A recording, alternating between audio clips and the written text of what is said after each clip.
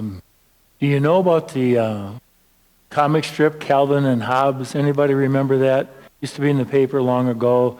It was about a little boy. I always thought he'd be 5 or 6 years old, and he had a great imagination, and let's just say he was feisty, and he had this toy baby stuffed tiger that in his mind was alive. So a lot of stuff going on, and that was Hobbes, and then Calvin was the boy. Well, in this one comic strip, Hobbes says to Calvin, "Do you believe in God?" And Calvin replies, "Well, someone's out to get me."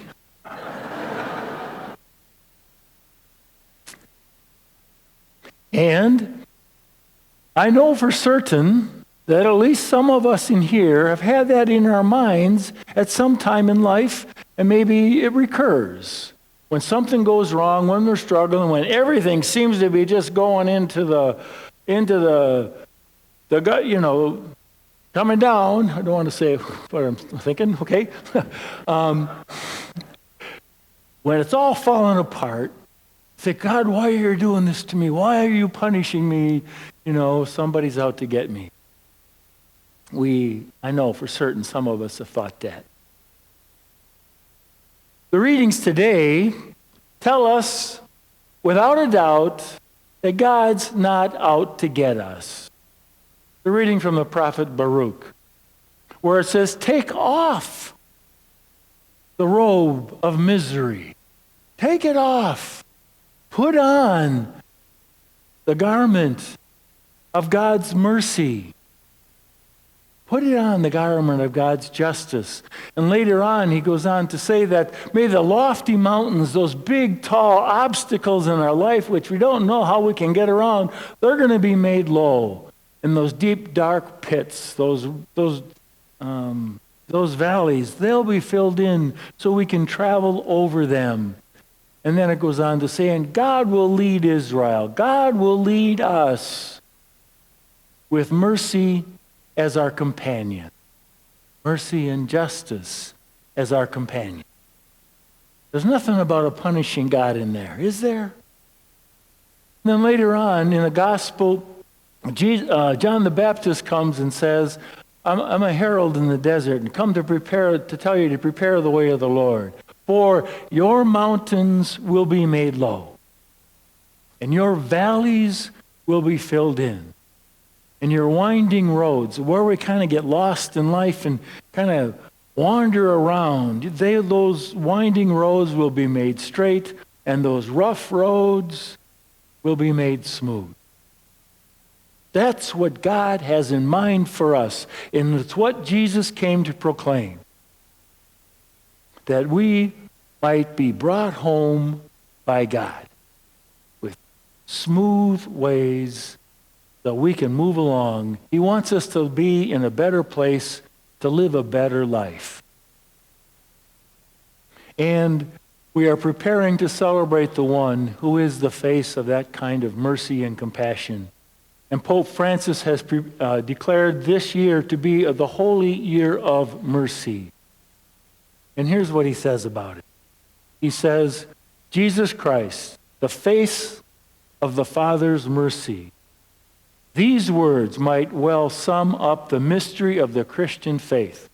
What's the mystery of the Christian faith? That Jesus Christ is the face of God's mercy. That is how he reaches out to us.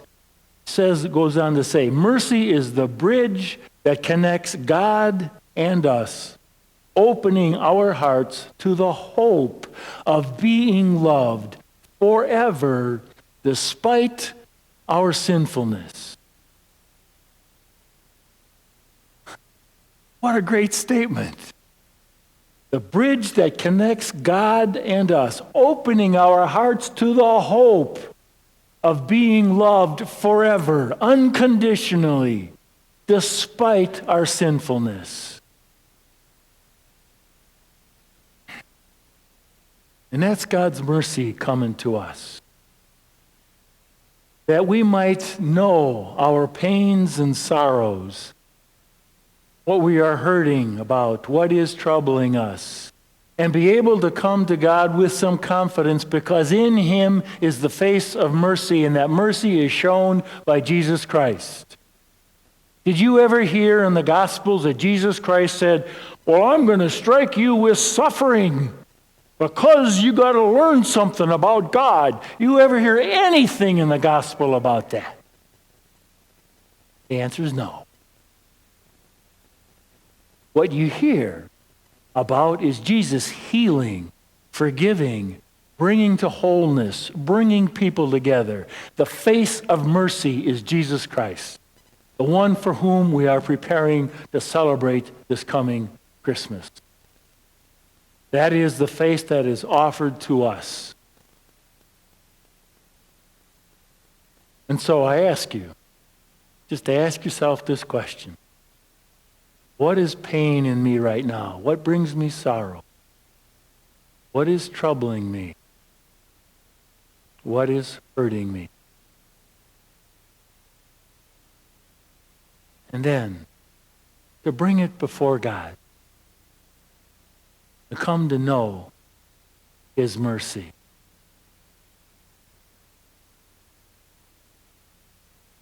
That's the first part.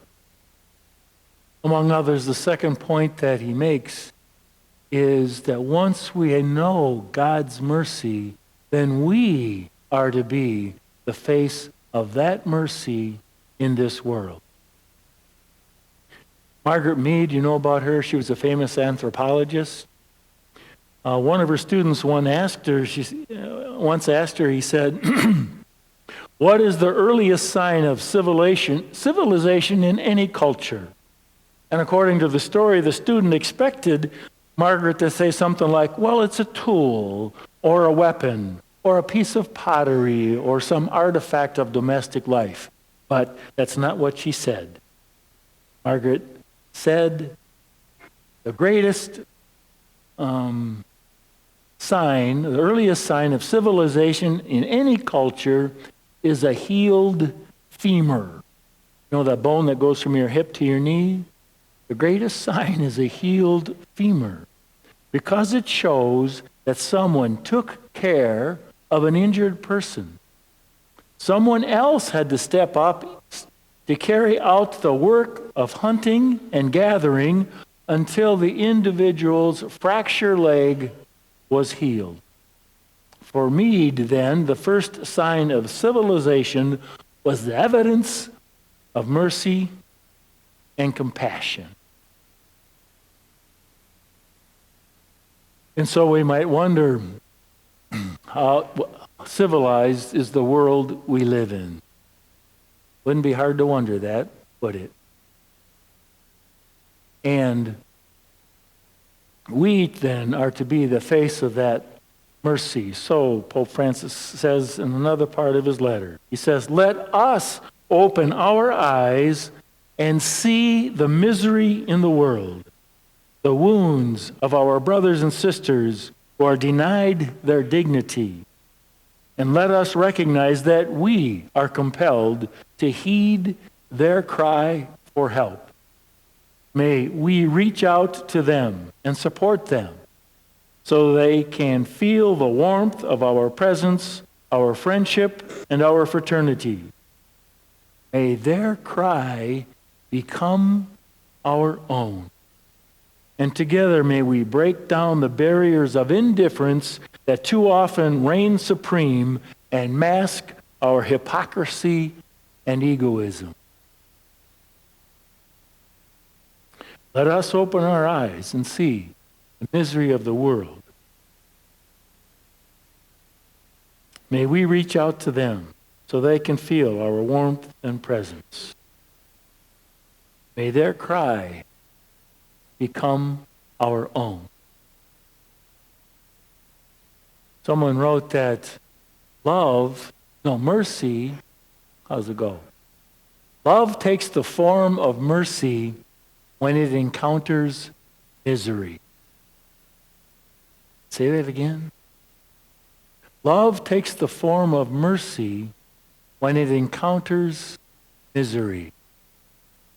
And we, as followers of Christ, to be the face of that mercy in this world with the people that we meet, coming to know the mercy of God, than to give out what we have received.